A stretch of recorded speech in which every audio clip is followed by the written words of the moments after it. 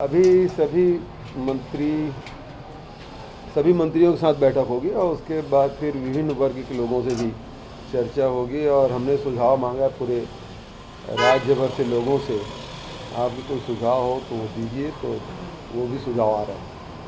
लगातार आप बहुत सारे वर्गों से मिल रहे हैं, बहुत सारे प्रतिनिधियों से, मंत्रियों से बात हुई, किस तरह के सुझाव है, बजट कैसा होने वाला है? अरे तो अभी तो शुरू हुआ है, कल ही तो शुरू किया हुआ, आज दूसरा दिन है, अभी आने दीजिए ना, फिर उसके बाद बताएंगे। सर ये लगातार सीआरपीएफ के साथ सीआरपीएफ के डीजी आया है, सीआरपीएफ के डीजी आज आपसे मिले हैं, विजय कुमार का 1 महीने में दूसरा दौरा है, क्या कुछ बड़े अभियान की तैयारी चल रही है, क्या कर रहा है? इसको तो वही लोग बता पाएंगे कि क्या कर रहे हैं।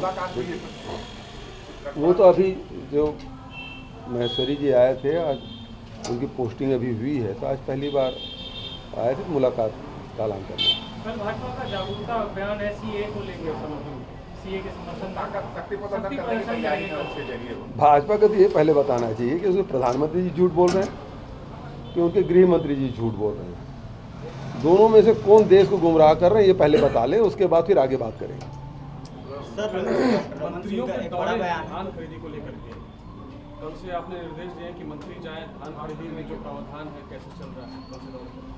नहीं, मंत्रीगण जा रहे हैं वो इसलिए जा रहे हैं कि जो हमको अतिरिक्त राशि जो देना है, भारत सरकार ने जो रोक लगाई, यदि आप बोनस देंगे तो आपको चावल नहीं खरीदेंगे, तो समर्थन मूल्य हमने खरीदा। अब जो अंतर की राशि है उसे किस प्रकार से दें, ये किसानों से बात करेंगे मंत्रीगण। सर, मदनवाड़ा नक्सली हमले के जांच के न्यायिक आयोग गठन के जी, मदनवाड़ा जो नस्ल मदनवाड़ा में इतनी बड़ी घटना घट गई जिसमें वीके चौबे सहित 29 जवान शहीद हुए और उसकी जांच तक नहीं हुई, और जो लोग कुछ भी नहीं किए उनको गैलेंट्री अवार्ड दे दिया गया। ये भारतीय जनता पार्टी सरकार में इसी प्रकार की घटनाएं होती रही है। पुलवामा की घटना कौन सी जांच हो गई? पुलवामा में 44 जवान सीआरपीएफ के शहीद हुए, महीनों बीत गए, लेकिन अभी तक के उसके कौन 350 किलो आरडीएक्स लेके पहुंचा, इसके बारे में कोई जांच नहीं हुई है।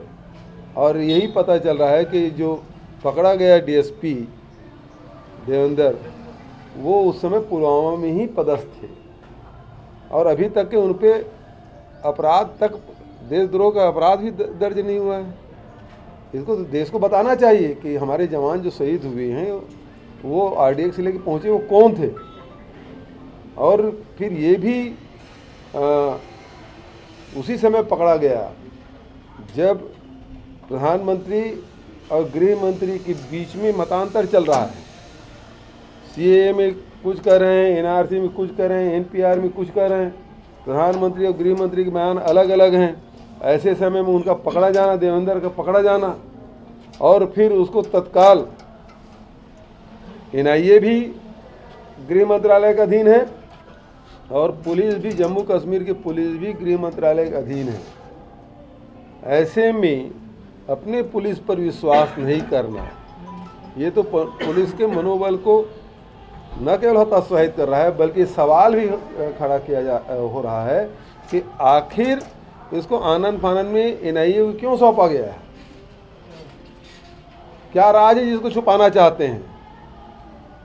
तो ये हम लोग तो शुरू से कह रहे हैं कि पुलवामा की जो घटना है उसमें बड़ा षड्यंत्र हुआ है, और अब जब ये पकड़ा गया है और पकड़े जाने के बाद इसको जिस प्रकार से एनआईए दिया गया है, ये बहुत सारे सवाल खड़े हो रहे हैं।